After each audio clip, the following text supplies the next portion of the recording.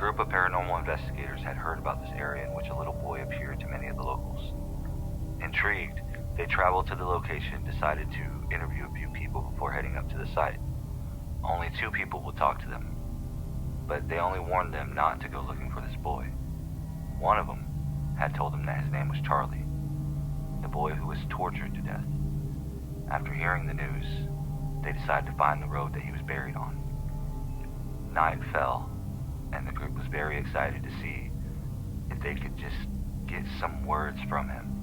Maybe figure out how he died and try to get a good scare. Driving for hours on end, they kept going in circles looking for this certain road. Finally, they found a road that didn't seem to be there, but they decided this should be it. They get out of the van, park, and set up their cameras.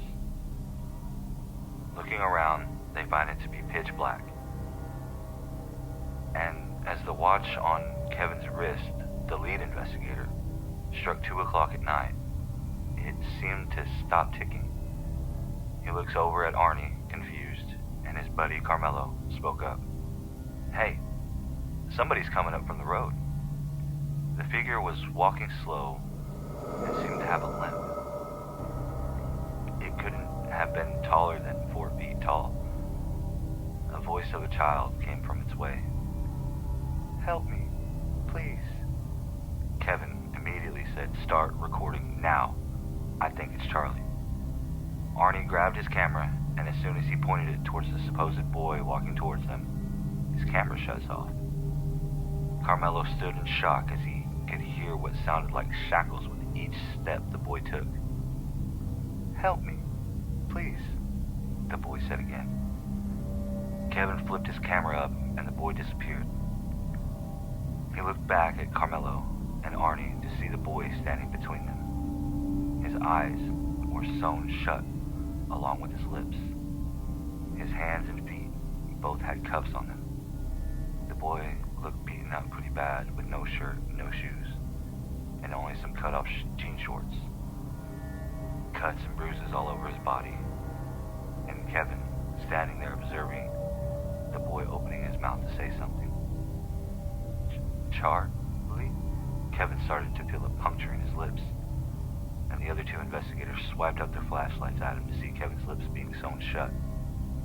The blood running down his chin, Kevin started to cry, and that's when his eyelids shut for the last time, as they were being sewn together as well. Arnie and Carmelo were both shaking as the boys walked towards Kevin. "Help me, please," he repeated. Charley turned around and faced the 2 men. They both shoot towards the other side of the van, and as they try to start it, they find it completely dead. They keep trying as the boy appears behind them, inside the van. His hands cuffed, he pushes them in between the 2 men. "Help me, please." "How?" Arnie cried out. The boy's mouth ripped open, and a key appeared on his tongue. Arnie and Carmelo looked at each other with confusion as Carmelo was ready for this to be over. So he went to grab the key from his mouth. He reaches his hand in, and suddenly his other hand follows, and cuffs appear on his wrists. Carmelo's head flies forward into the dashboard repeatedly, and Arnie starts to freak out with blood splattered on his face from his friend's forehead. He jumps out of the van, and before he can take off,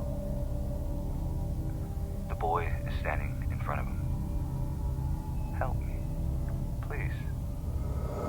Arnie lets out his cry for help before his ankles get shackled, and his body gets flung down to the ground, and his body starts to get random cuts all over it. Blood rushing from each cut that gets made. Arnie cried out once more, "Help me, please."